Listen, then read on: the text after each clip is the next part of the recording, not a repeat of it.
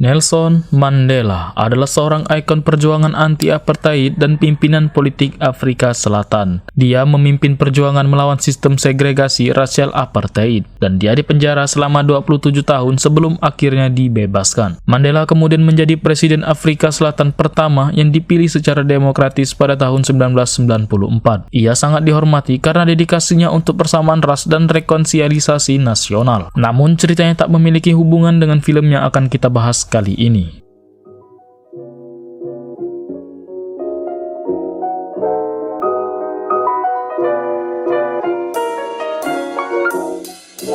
Super 2010 adalah film pertama yang akan kita bahas di channel ini. Film yang mengisahkan seorang pria biasa yang berusaha menyelamatkan istrinya dari kelompok mafia. Di film ini juga nantinya saya harap sobat-sobat sekalian tak akan kaget dengan adegan yang masih berkaitan dengan perbagungan duniawi yang dilakukan oleh sang tokoh utama kita. So, langsung saja tak perlu berbacot ria lagi, simetriskan posisi rudal biar tidak tegang, rogoh celana dalam pacar kalau punya, dan kita putar intronya.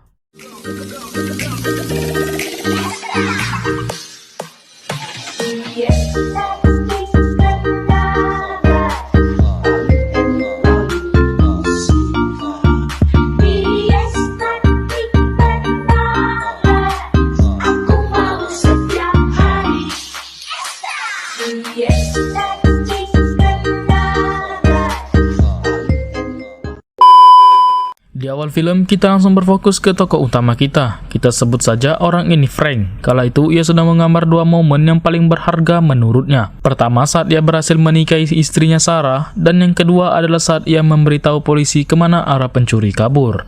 Diceritakan juga kalau Frank ini dulunya memiliki masa kelam saat ia masih kecil. Ia selalu dipukuli bapaknya, dibully, dan lain sebagainya. Diketahui juga kalau Frank sekarang bekerja di sebuah restoran. Di sana ia menjabat sebagai kok yang handal, dan di sana jugalah ia pertama kali bertemu dengan istrinya Sarah dan jatuh cinta kepada Sarah. Singkat cerita, Sarah yang memiliki pergaulan bebas kini mulai ngegenjoy dengan seorang pria. Kemudian Frank yang melihat hal itu langsung memukul pria tersebut hingga tewas.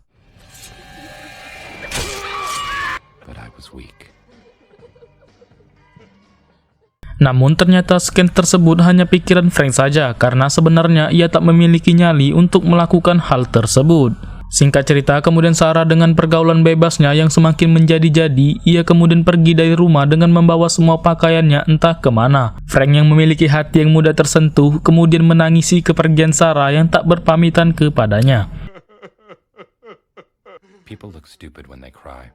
Keesokan paginya, Frank menemui Jack yang tak lain adalah temannya Sarah. Ia bertanya kepada Jack tentang kepergian Sarah. Namun Jack yang berkata bahwa ia bukanlah satpam komplek, ia tak tahu kemana Sarah pergi. Namun saat sebelum pergi, Jack berkata kalau mungkin kau tak bisa bertemu lagi dengan istrimu. Hal itu akhirnya membuat pekerjaan Frank menjadi berantakan, karena ia tak tahu kemana istrinya itu pergi. Kemudian teman Frank yang kita sebut saja No Name, ini dia orangnya, karena saya juga lupa siapa namanya sebenarnya. Ia menyemangati Frank untuk melupakan gadis jalang si pelacur itu, yang tak lain adalah Sarah sendiri. Sepulang dari kerja, kemudian Frank melaporkan Jack ke polisi dengan tuduhan kalau Jack menyembunyikan istrinya. Polisi kemudian berkata kalau ia tak bisa menangkap seseorang tanpa adanya barang bukti. Frank mengatakan kalau ia bertanya tentang keberadaan istrinya, namun Jack terlihat seperti menghindar seakan menyembunyikan sesuatu. Dan dengan hal itulah ia rasa sudah cukup untuk menjadi bukti kalau Jack benar-benar menculik istrinya. Frank juga menjelaskan kalau Sarah tak ada di rumah sejak 3 hari yang lalu dengan membawa semua pakaiannya seisi lemari. Polisi yang mendengar hal itu pun berasumsi kalau Sarah pergi karena kemauannya sendiri karena sudah tak menyukai Frank lagi.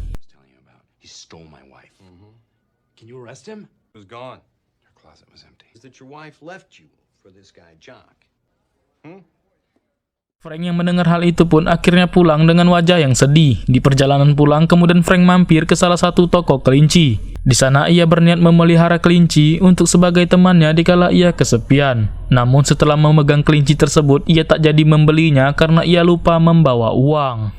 Sesampainya di rumah, kemudian Frank menyibukkan diri dengan menonton TV seharian agar ia bisa melupakan istrinya Sarah. Di sana ia menonton TV yang acaranya adalah film superhero kesayangannya. Dan berkat dari film itu jugalah akhirnya Frank menemukan jati dirinya bahwa ia sebenarnya hanya perlu menjadi laki-laki yang baik, tegas, jujur, dan juga dapat diandalkan. Berkat motivasi dari film tersebut, alhasil kini Frank membuntuti Jack. Dan ternyata benar saja Sarah saat itu sedang teler sehabis minum bersama Jack dan komplotan anak buahnya di sebuah bar. Ia pun kemudian menghadang mobil Jack dan meminta Sarah untuk kembali kepadanya. Namun karena Sarah lagi mabuk dan dihasut oleh Jack, alhasil Sarah lebih memilih pergi bersama Jack. Sarah, Frank? come with me. Let's go. Sarah, no! What are you doing? Sam! Don't listen to him! Don't fucking touch my car again. Frank!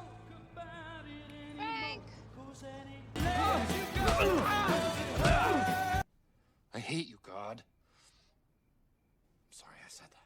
Saat malam harinya, kemudian Frank curhat dan berdoa kepada Tuhannya. Ia merasa jika ia hidup di dunia ini merasa tidak adil, karena setiap orang memiliki cinta dan perasaan, sementara ia tak bisa mendapatkannya. Ia juga merasa putus asa karena memiliki badan yang letoy dan kepribadian yang tolol. Namun Frank juga meminta kepada Tuhannya kalau ia ingin Sarah kembali bersamanya. Saat akan tidur, Frank kemudian melihat superhero yang ada di TV-nya kini berlarian di luar jendelanya. Kemudian tiba-tiba tembok kamar Frank mengelupas dan datanglah sebuah cacing raksasa yang mengikat tubuh Frank. Kemudian cacing tersebut membuka otak Frank dan ada sebuah jari raksasa yang menyentuh otak Frank seakan telah memberinya kekuatan. Frank kemudian terbangun dan ternyata itu hanyalah mimpi saja. Keesokan harinya, Frank pergi ke sebuah toko komik untuk mencari komik superhero yang ia lihat semalam. Penjaga toko kemudian mengatakan kalau superhero yang Frank cari adalah superhero yang sangat konyol dan selalu membual tentang kekuatannya. Penjaga toko juga bergumam kalau kenapa tak ada seorang superhero yang benar-benar sungguhan di dunia ini. Frank yang mendengar hal itu pun kemudian memiliki sebuah ide untuk menjadi superhero sungguhan. Frank kemudian pulang ke rumah dan menempelkan sebuah topeng ke fotonya sendiri. Frank yakin kalau dengan ia menjadi superhero, maka ia akan bisa memerangi kejahatan walaupun tanpa kekuatan super sekalipun. Frank kemudian membuat sebuah kostum superhero berwarna merah dengan lambang topeng yang bersinar di dadanya. Frank mengenakan kostum tersebut sambil berdiri di depan kaca dan menamai dirinya sebagai The Crimson Bolt. Here's the Crimson Bolt. Crime. Saat malam harinya, kini Frank melakukan misi pertamanya, yaitu sebagai superhero dengan mengintai kejahatan di sebuah tong sampah. Setelah menunggu berjam-jam, kini ia melihat anak muda yang kelihatannya sedang bertransaksi narkoboy di pinggir jalan. Lalu kemudian ia dengan semangat berlari ke pemuda itu dan memukulinya. Namun sepertinya misi pertama Frank kali ini gagal karena ia dipukuli oleh pemuda itu. Ia kemudian berlari dengan popok bayi yang masih menempel di tubuhnya. Keesokan harinya, Frank kembali ke toko komik sebelumnya. Ia kemudian mencari sebuah komik superhero tanpa kekuatan super. Penjaga toko kemudian memberitahu kalau superhero tanpa kekuatan super bisa menjadi kuat dengan bantuan alat dan senjata saja. Frank yang mendengar hal itu kemudian berusaha mencari senjata yang cocok dengannya. Dan pada akhirnya ia memakai kunci Inggris sebagai senjatanya dalam memberantas kejahatan. Oh no.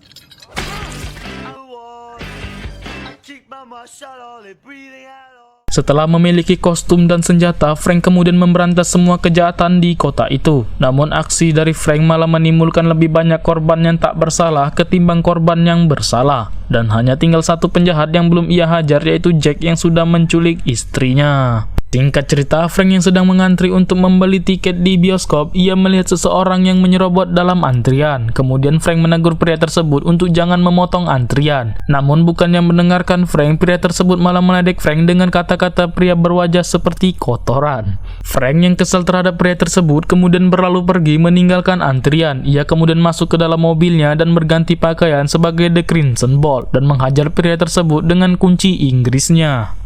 Go fuck yourself. Mommy! Annie, come on. Who do you think you're fooling? I just saw you. Esokan paginya, penjaga toko komik yang bernama Libby, ini dia orangnya, datang menemui Frank. Ia mencurigai Frank sebagai superhero The Crimson Bolt yang menjadi cerita booming kala itu.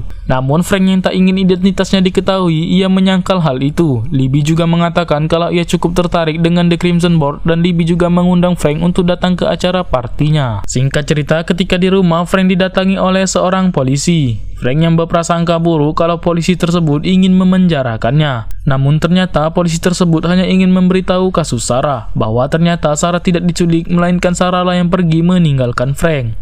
Di situ juga Frank yang menyembunyikan kostumnya di sebuah lemari. Ia beberapa kali memandangi lemarinya. hingga membuat polisi yang semulanya tak tahu apa-apa tentang Frank kini mulai menaruh curiga dengan Frank. Setelah polisi itu pergi, kini Frank kembali berdoa kepada Tuhannya. Ia memohon kepada Tuhannya untuk diberikan petunjuk agar ia tak dipenjarakan nantinya. Setelah berdoa, kini Frank pergi mengendarai mobil dan membuang kostumnya di sebuah tong sampah. Saat sedang bersantai menonton TV, kini Frank kembali melihat superhero kesayangannya di TV. Frank yang melihat itu kemudian merasa bersemangat lagi untuk menjadi superhero.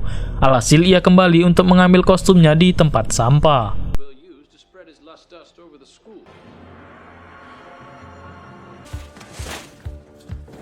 Singkat cerita, Frank melihat Sarah bersama Jack yang keluar dari bar. Kemudian ia membuntuti Sarah dan Jack dari belakang, hingga sampailah mobil Sarah dan Jack di suatu tempat yang dijaga cukup ketat. Di sana, Frank menunggu di luar dengan mengenakan kostum The Crimson Board. Karena menunggu berjam-jam namun tak mendapatkan hasil, kini Frank menerobos masuk dengan memanjat pagar di rumah tersebut. Ia kemudian mendekati rumah tersebut dengan cara bersembunyi-sembunyi dari pohon-pohon yang ada di sana. Di sana, Frank melihat kenyataan pahit kalau istrinya tengah dijadikan tikus percobaan dengan disuntikan obat perangsang oleh Jack. Frank yang melihat hal itu kemudian marah dan memecahkan kaca rumah itu. Namun karena ia ditodongkan pistol, alhasil ia tak jadi marah dan pergi meninggalkan rumah itu. Namun sialnya saat ingin memanjat pagar, ia malah tertembak di bagian kakinya. Frank kemudian pergi ke rumah Libby yang saat itu sedang menggelar pesta. Frank datang ke sana dengan mengenakan plastik sampah untuk menutupi kostumnya. Libby yang saat itu sedang ingin mantap-mantap, ia kemudian keluar menemui Frank. Di situ Frank menjelaskan kalau situasi sedang genting. Alhasil Libby menyuruh Frank untuk masuk ke kamar. Di sana Frank memberitahu Libby kalau ia adalah The Crimson Ball. Ia meminta Libby untuk mengobati lukanya akibat tertembak oleh peluru. Libby kemudian segera menutup acara party tersebut dan menyuruh semua teman-temannya untuk pulang meninggalkannya sendirian. I'll wrap it. I'm gonna wrap it. So am I the only one that knows you're him? Not me, they know. They know your secret identity? Keesokan harinya, Libby meminta Frank untuk menjadikannya sebagai partner superhero-nya. Libby juga membacakan calon nama superhero-nya dan alasannya untuk mendampingi Frank. Awalnya Frank menolak Libby untuk bergabung dengannya, namun karena Libby yang mengotot tidak pakai nge, alhasil Frank mengizinkannya. Saat Frank sedang latihan berjalan, tiba-tiba Libby mengejutkannya dengan memperkenalkan kostum superhero-nya. Di hari pertama Libby menjadi superhero, ia terlihat sangat bosan karena sudah berjam-jam menunggu penjahat yang tak kunjung datang. Libby kemudian mengajak Frank untuk memukuli pacar teman Libby yang kemarin telah merusak mobil temannya itu. Singkatnya, setelah sampai di sana, mereka langsung disambut dengan seorang pria yang bernama Jerry. Ini dia orangnya. Di sana Jerry berkata kalau ini belum saatnya untuk Halloween. Namun Frank yang tak berbacot lagi dan langsung menghajar Jerry. Libby yang berusaha ingin membantu Frank, ia malah memukul kepala Jerry dengan pot hingga membuat Jerry berdarah dan tersungkur. Frank yang melihat hal itu sedikit kecewa kepada Libby karena terlalu berlebihan.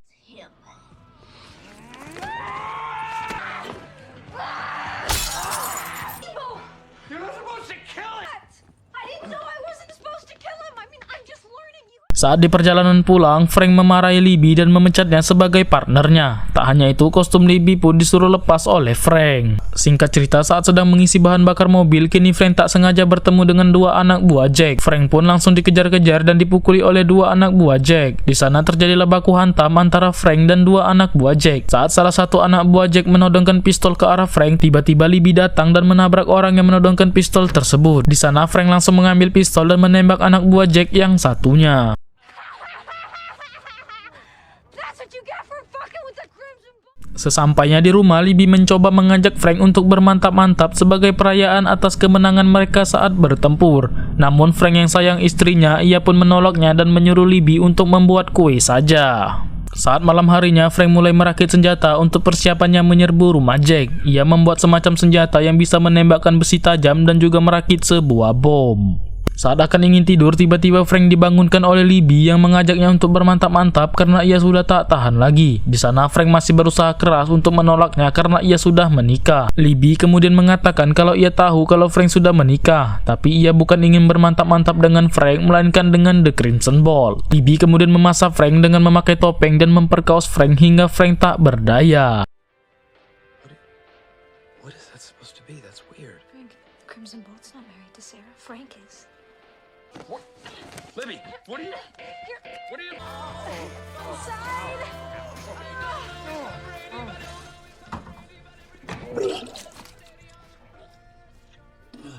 Setelah selesai bermantap-mantap, kini mereka langsung bergegas menuju ke kediaman Jack untuk menyelamatkan Sarah. Di sana terlihat kalau Jack tengah berjanjian dengan seorang pria yang kita sebut saja Mickey. Ini dia orangnya untuk membeli barang haramnya. Mickey yang saat itu melihat Sarah mulai tertarik dengan Sarah dan mengajaknya untuk bermantap-mantap di sana. Sementara itu, Frank dan Libby sudah sampai di halaman rumah Jack. Di sana terlihat kalau Libby sedikit kelelahan karena baru selesai mantap-mantap dengan Frank. Mereka kemudian menyusun strategi untuk melumpuhkan pengawal di sana satu persatu.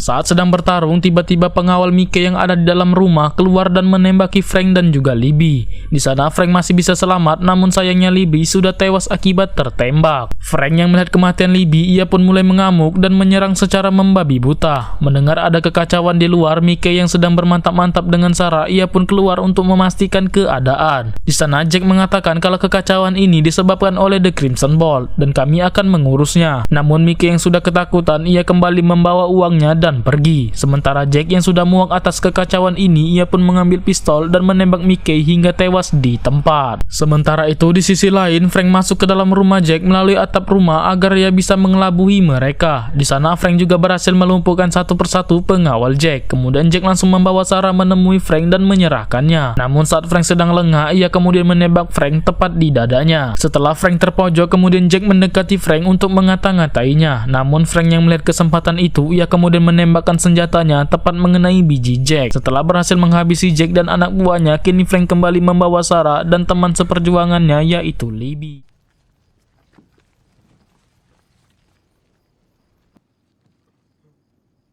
Selang beberapa hari kemudian, terlihat kalau kini hubungan Sarah dan Frank sudah semakin membaik. Di sana Sarah juga menyesali akan perbuatannya yang menjadi istri yang tak berguna bagi Frank. Sarah kemudian berpamitan dengan Frank untuk melanjutkan pendidikannya untuk belajar antropologi. Kemudian di akhir film kita diperlihatkan dengan Sarah yang sudah menikah dengan pria lain dan memiliki 4 orang anak. Sementara Frank ia mengambil kelinci tempo hari untuk dijadikannya temannya. Tamat ending yang membagongkan.